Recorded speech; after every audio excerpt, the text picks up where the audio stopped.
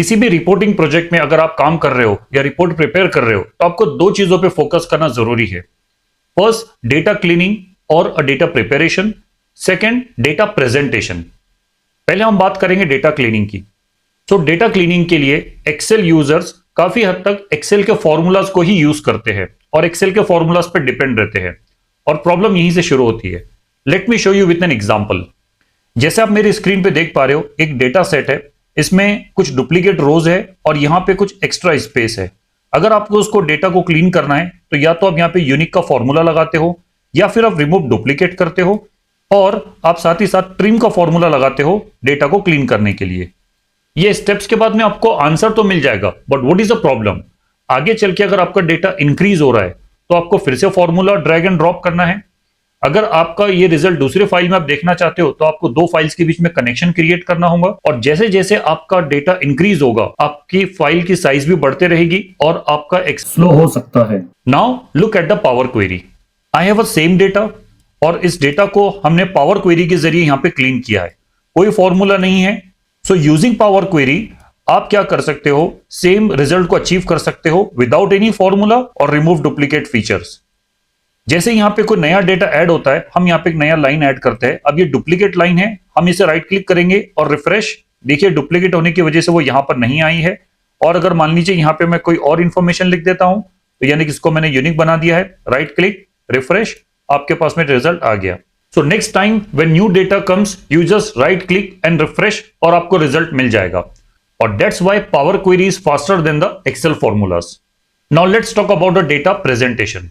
आपने डेटा तो क्लीन कर लिया एक्सेल में, अब इसे प्रेजेंट करने के लिए आप एक्सेल के पाइवट टेबल बनाओगे और एक्सेल के चार्ट्स बनाओगे। Let's have a look on my screen. ये है आपका क्लीन डेटा और इसकी बेस पे आपने पाइवट टेबल की बेस पे यहाँ पे आपने काफी अच्छा एक डैशबोर्ड बनाया है। लेकिन ये जो चार्ट्स है ये सारे स्टैटिक चार्ट्स है, ये आपस में इंटरेक्ट नहीं करते हैं। सेकेंड प्रॉब्लम इज कि अगर इसको मुझे शेयर करना है तो मुझे क्या करना होगा, ये पूरी की पूरी फाइल एज इट इज मेरे एंड यूजर को, ये क्लाइंट को भेजना होगा। यानी कि साथ ही साथ मैं क्या कर रहा हूं, अपना रॉ डेटा भी इसके साथ में मैं शेयर कर रहा हूं। So do we have a advance solution for this? Yes, power BI. हम जो रिपोर्ट्स बनाएंगे, जो प्रेजेंट करेंगे, इसके लिए हम इस्तेमाल करेंगे पावर बीआई का। Let's have a look. जैसे ये कस्टमर सक्सेस रिपोर्ट है, आप देख सकते हो यहां पे जो चार्ट्स है ये इंटरेक्टिव है आपस में। अगर आप इसे सिलेक्ट करते हो तो ये चार्ट्स आपस में एक दूसरे के साथ इंटरेक्ट कर रहे हैं। प्लस आप यहाँ पे डीप एनालिसिस कर सकते हो, यानी अगर आपको कोई रीजन फाइंड आउट करना है, ड्रॉप आपका परफॉर्मेंस है या इंक्रीज आपका परफॉर्मेंस है, तो वो आप बड़ी आसानी से यहाँ पे कर सकते हो। और you can add filters, drill down and you can also share the report online. Sharing and collaboration यहाँ पे काफी ईजी है। आप यहाँ पे इसे शेयर करने के लिए आप पावर बीआई सर्विसेज का इस्तेमाल कर सकते हो। No need to share the raw data और this complete file. Report can be open on a web browser and that's why Power BI is built for the advanced reporting. So instead of creating report in Excel using pivot table or chart, it is recommended to create a report in a Power BI. And because of this advanced features and a modern look, companies are shifting the reporting structure from a normal Excel to a Power BI reports.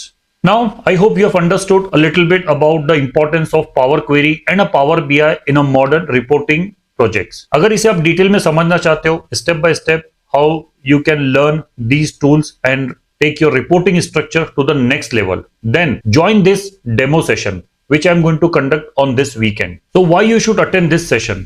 In order to get the clear roadmap to learn this Power Query and Power BI, step by step learning guidance. We will see some complex scenarios in Excel which is not possible to solve, and we'll see how we can solve this using Power Query and definitely your question answers. So अगर कुछ question answers रहेंगे तो आप मुझे पूछ सकते हैं इस live session में. So don't miss this opportunity. Register now and I'll see you in a live session. Thank you.